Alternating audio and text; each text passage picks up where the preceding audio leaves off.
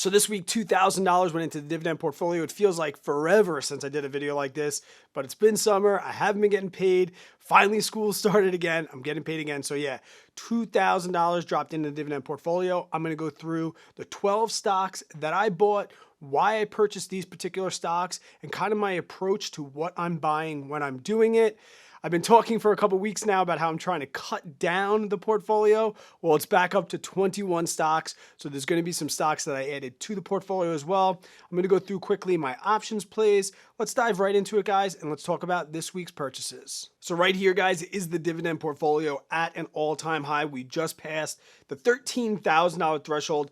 It's been a pretty good couple days, weeks, even months. Let's see, last week, it's up about 2%. We had a pretty nice spike.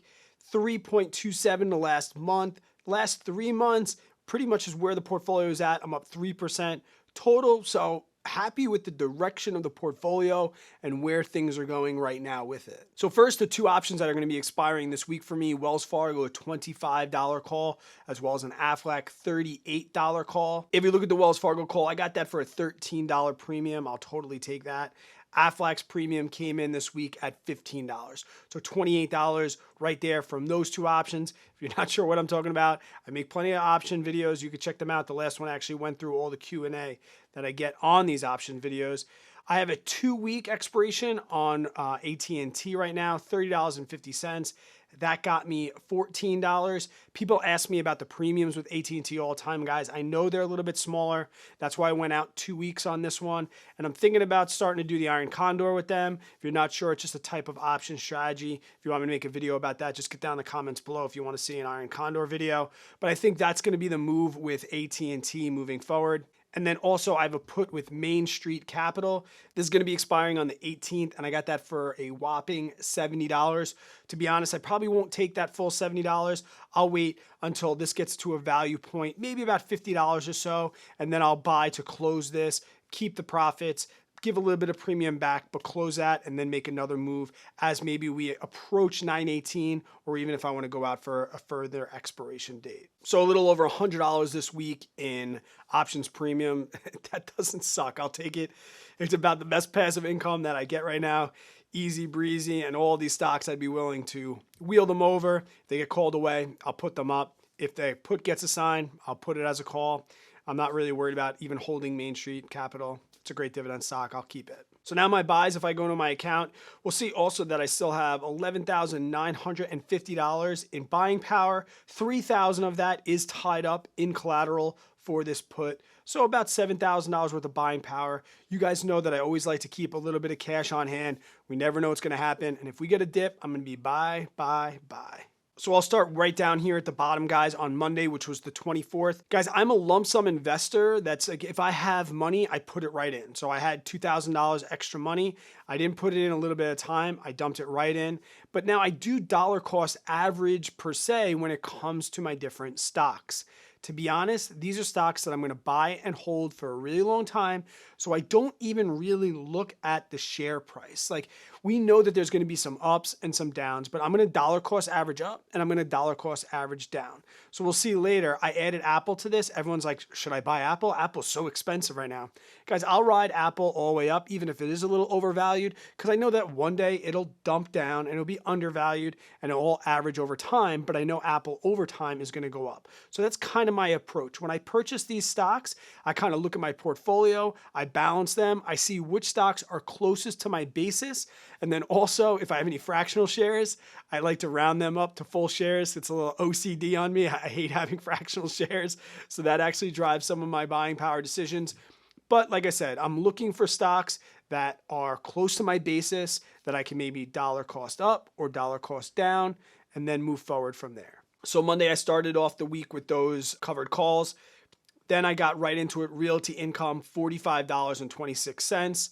Pfizer, $10.52. And like I said, this Pfizer, I guarantee that was to round it up to a whole number amount of shares. When you get a dividend and it drips in, your whole shares will go down to fractional shares. So I bet that's what those two were. The whole shares were just buys. I got 3 shares of JP Morgan, $2.97, 1.6 shares of Johnson & Johnson, AbbVie, 2.44 shares at $230.80. JP Morgan Chase, I rounded up to a whole number again. So we added those two. So JP Morgan was actually 375.29 for the total week. Realty Income, one of my favorites right now. That's the one I'm racing to try and get to 100 shares of. I messed around with some premiums on some puts for Pfizer, decided it really wasn't it. Here's that Main Street Capital. I actually made that on Tuesday after evaluating a couple different things. 3M, about a half a share, $80.80.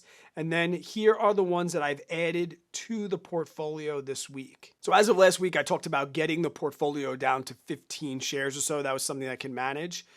And I also talk about how I have a dividend portfolio and then I had a growth portfolio. And then I made a video about the dividend growth stocks. And these were the dividend growth stocks that I had on my watch list, and I had them inside a third portfolio. And I said to myself, I'm driving myself crazy having all of these different portfolios. They have dividends. They are dividend growth. They're not my growth stocks that don't pay a dividend. For example, I own Amazon, I own Tesla, and other stocks like that I think are growth stocks that don't pay dividend. So I'm like, why am I going to have another login to another account? So I've decided that I'm just going to start from now putting all of my dividend growth purchases inside my dividend portfolio. So that's really why. I've talked about these stocks. You can go back and check out those video. Here's kind of the proof in the pudding that I was speaking from action and not out of pocket. I'm going to keep the values that I had in that dividend growth portfolio. I might move them over a little bit, but I did not sell those off yet. They're just going to sit there and they'll just grow. And then I'll just grow this up a little bit at a time. Like I said, Apple. I don't care that there's a stock split this Friday, and I don't care that that stock split is driving the price up a little bit, because later on there'll be something that drives the price down a little bit. It's not that big of a deal for me. For me, it's I'm going to make my regular investments and contributions into Apple, regardless of what the media is doing and how the media is going to affect that share price a little bit up and a little bit down. Everyone wants to talk about when everything's overvalued, but nobody really ever talks about when things get undervalued, which will happen eventually for Apple. So these were the 5 stocks that I talked about inside that dividend growth portfolio: Apple, Microsoft, Visa, MasterCard, and VGT. Like I said, if you want to go back and see exactly why I purchased those and why I think these are 5 of the best dividend growth stocks you could possibly have, yes, one is an ETF. That's not that big of a deal, but that's going to round the portfolio out now, and we can get a greater look at exactly the total portfolio. Like I said, 21 stocks. My big holdings are AT&T, Wells Fargo, and Aflac. That's what I'm doing covered calls with, and that's what I'm doing the wheel strategy with. And my goal is to get other stocks up to 100. Now, whether I'm going to put all of the money in and get one stock up to 100, we can see. I didn't do that. I put a large majority of my money into Realty Income because that's the next one I want to get 100, but I'm still making sure that I diversify my money across my entire portfolio. I know people are always concerned with like the total return. Like I said, this is since May. So if we look at the total return since May, AT&T down $1.50, Wells Fargo, my bag right now. But Aflac up $16, Realty Income up $40.68, Pfizer also up, AbbVie's up, Verizon's up. We see a lot of things that are up. Only thing really down for me right here is Duke Energy. They pay an awesome dividend, and I just bought into them when their price spiked a little bit. But like I said, that's going to catch up over time. Pepsi, one of my big favorites. I do not own Coke yet. I know Coke will come eventually. I just have Pepsi right now. Home Depot, which is like right there on that threshold of dividend versus dividend growth. I love Home Depot. I'm definitely going to be adding to that probably with next month's purchases. Waste Management up $16, Caterpillar $19, Kimberly-Clark, J&J, all these are up. 3M up $29, and then the ones I added, even since adding them on Monday, they're all up a couple bucks for me. So overall, guys, the portfolio is doing pretty well.